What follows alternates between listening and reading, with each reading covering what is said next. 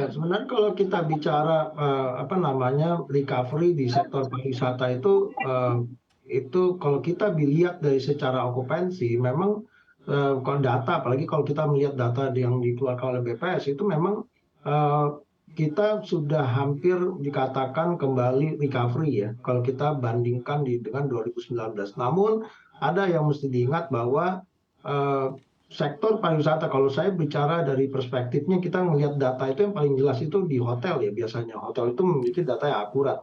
Nah, kalau kita melihat dari data tersebut, itu, pergerakan dari okupansi itu tidak merata. Jadi, kayak memang mayoritas kontribusinya itu adalah dari kegiatan-kegiatan pemerintah.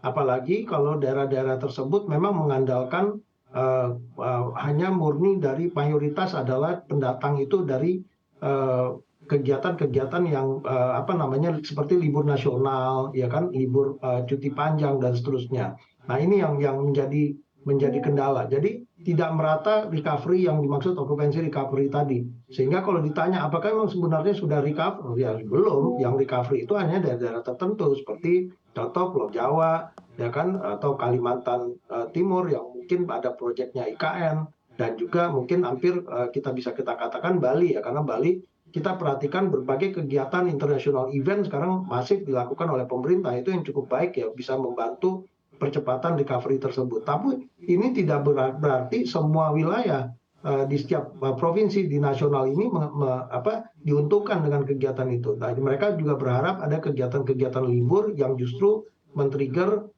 apa namanya pergerakan orang karena mereka tidak dapat berharap dari kegiatan pemerintah itu sendiri karena fokus pemerintah itu berbeda. Dan ada yang mesti diingat juga Mas, bahwa setiap daerah di provinsi ya di Indonesia itu hidupnya dari mayoritas adalah UMKM loh, 96% dan UMKM itu justru berharap dari pergerakan orang yang datang. Nah, kalau pergerakan orang ini tidak dilakukan, tentu pendapatan mereka akan terpuruk di sana. Itu kalau kita perhatikan juga bisa dijadikan contoh yang selalu diliput media pada saat libur-libur nasional atau libur cuti panjang, bagaimana masyarakat ya pedagang makanan minuman kecil itu aktif di setiap apa namanya destinasi pariwisata ya atau aktivitas pariwisata itu dapat kita perhatikan khususnya para wisatawan-wisatawan lokal ya lokal dari lintas provinsi atau kabupaten tersebut.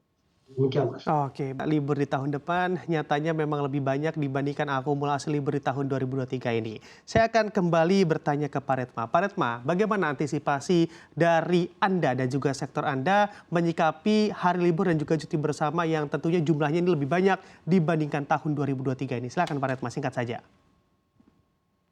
Ya ini sebetulnya 27 hari itu libur paling banyak di dunia kalau dibandingkan negara-negara lain ya. Jadi kalau negara lain kan maksimal 10 hari, ada yang baru 15 hari lah. Kalau udah 27 hari kan udah hampir 1 bulan. Artinya ini libur paling banyak di dunia ya. Kita kurang dari sisi produktivitas pasti kita akan kalah dengan yang lain gitu ya. Nah ini juga akan mengganggu kinerja ekspor impor juga pasti akan terganggu gitu ya. Selain tadi di manufakturnya terganggu, di perdagangan pun akan terganggu, ekspor impor juga terganggu karena ketika libur ini biasanya bea cukai, pelabuhan juga stop gitu ya. Perbankan juga tidak melayani transaksi-transaksi yang internasional gitu. Ini juga mengganggu akhirnya banyak sektor selain manufakturnya sendiri, logistik sendiri, tambahan biaya buat kita juga yang pasti ekspor impor akan terganggu, jadi aliran devisa juga akan terganggu. Jadi saya kira ini harus ada evaluasi dan treatment masing-masing sektor bisa dibedakan gitu ya. Jadi kita dapat untung dari libur ini di sektor pariwisata, tapi kita juga dari sisi manufaktur, dari sisi perdagangan, dari sisi yang lainnya juga tidak menjadi beban gitu. Oke, harus ada evaluasi. Karena kami garis bawahi di situ ya, di kata-kata itu Pak Retma. Saya akan ke Pak Yusran. Kalau dari Anda, apakah memang perlu direvisi kembali untuk jumlah hari libur dan juga cuti bersamanya, Pak Yusran? Ada yang menjadi menarik, Mbak. Sebenarnya yang juga memperpanjang cuti itu adalah pada saat kalau kita lihat langsung pada saat cuti lebaran ya, cuti bersama lebaran. Nah, kalau kami di sektor pariwisata, cuti bersama lebaran itu memang sangat diharapkan. Namun diharapkannya itu bukan H-nya. Karena kalau H- itu impact-nya nggak ada. Karena orang lebaran itu baru pergi berwisata itu di hari raya kedua gitu loh. Nah, sementara kalau kita perhatikan penambahan cuti itu justru untuk mengurai kemacetan sehingga hari minus hari rayanya itu justru mundurnya justru diperpanjang gitu loh. Jadi dampaknya juga nggak akan terlalu besar.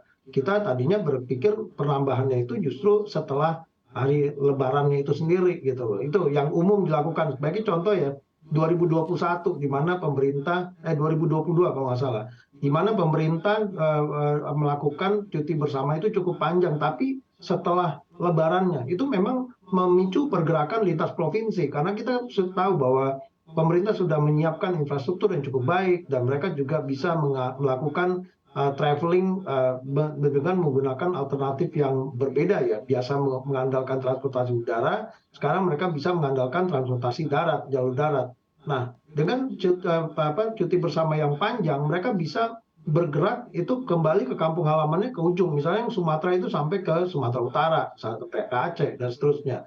Tapi kalau dengan waktu yang singkat, mereka cuma bisa traveling dalam tempat yang dekat-dekat saja. Itu yang jadi ininya. Tapi kalau kita bicara libur panjang ditambah H- lebarannya, ini dampaknya tidak akan terlalu banyak karena mereka hanya hanya bergerak dan tidak langsung melakukan kegiatan berwisata karena kita tahu di bulan puasa itu semua juga posisinya tidak aktivitasnya dikurangi, jadi tidak akan ada dampak ke sektor pariwisatanya terlalu besar gitu loh. Nah, kemudian yang berikutnya adalah memang kami pahami bahwa sektor-sektor lain tentu yang mengandalkan hari kerja tentu pasti akan terdampak dengan kebijakan ini. Namun sekali lagi itu yang kami sampaikan, kita mengetahui ya kalau kita bicara sektor pariwisata itu bahwa hari kerja itu 5 hari dalam 1 minggu dan hari libur itu cuma 2 hari. Nah, tentu destinasi pariwisata itu sangat-sangat mengandalkan pergerakan pariwisata itu di hari libur. Kalau tidak, ya itu yang kita selalu sampaikan bahwa kontribusi dari kalau kita lihat indikatornya dari hotel itu paling banyak itu dari kegiatan-kegiatan korporasi seperti pemerintah. Nah, tentu pemerintah dengan ini juga harus melihat kalau misalnya pergerakan ini bisa diratakan, jadi pembuangan duit APBN itu ke seluruh Indonesia itu harusnya kegiatannya juga jangan tersentral di salah satu pulau saja, Baik. sehingga ekonomi di provinsi itu bisa tetap hidup. Demikian, Mas. Oke.